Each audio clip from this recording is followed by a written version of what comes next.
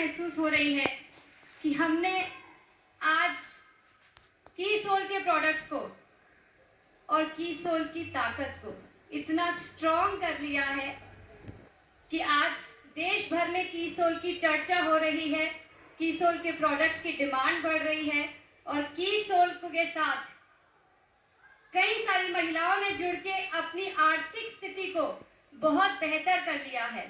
और मुझे proud feel होता है ये आप सभी के साथ शेयर करते कि आज हमें सिर्फ 5 साल हुए हैं और ये आज हमारा नजारा है।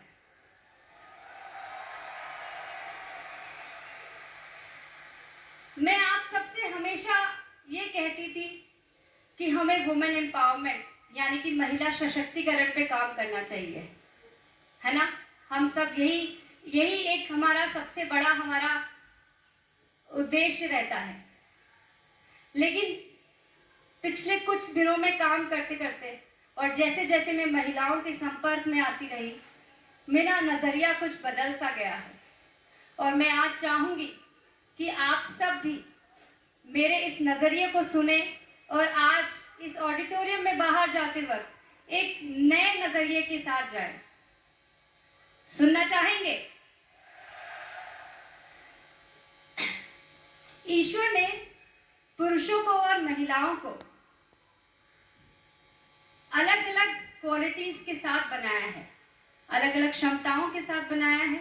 जिस तरह से पुरुषों को फिजिकली बहुत स्ट्रांग बनाया है, महिलाओं को वहीं पे एक ऐसी ताकत दी है जिसको हम कहते हैं कोमलता, जिसको हम कहते हैं सृजनता।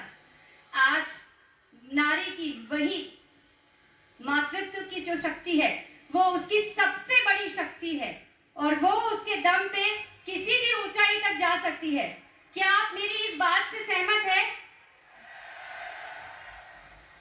आज अगर हम इस बात को एक इस अंदाज में समझे कि जो बरगद का पेड़ होता है वो इतना सख्त, इतना कठोर होता है, लेकिन जब बहुत तेज आंधी आती है, बहुत तेज हवा चलती है, तब वो बरगद का पेड़ भी हिल जाता है।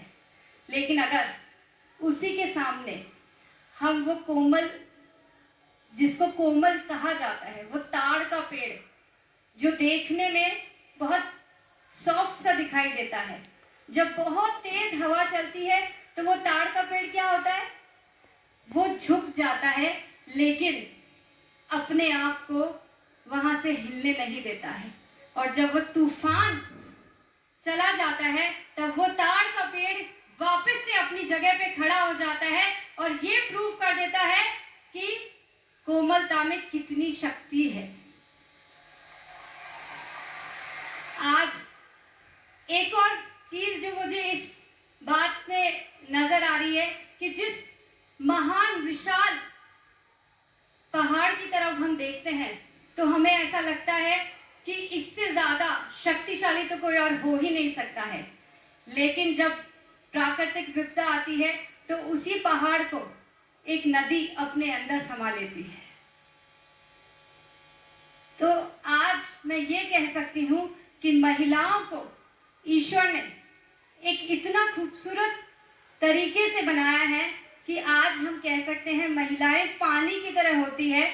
हमको देखने में पानी में कोई ताकत नहीं दिखती है, लेकिन अगर मैं ये कहूँ कि पानी को जिस भी पात्र के अंदर डाला जाएगा वो वैसा रूप ले लेता है। बस महिलाएं भी कुछ वैसी ही होती है।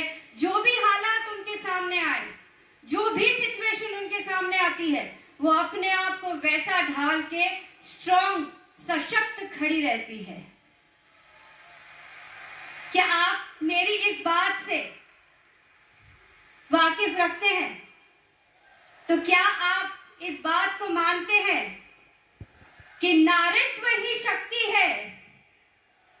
कितने लोग हैं जो आज इस बात से वाकिफ रखते हैं और मानते हैं कि नारीत्व ही शक्ति है?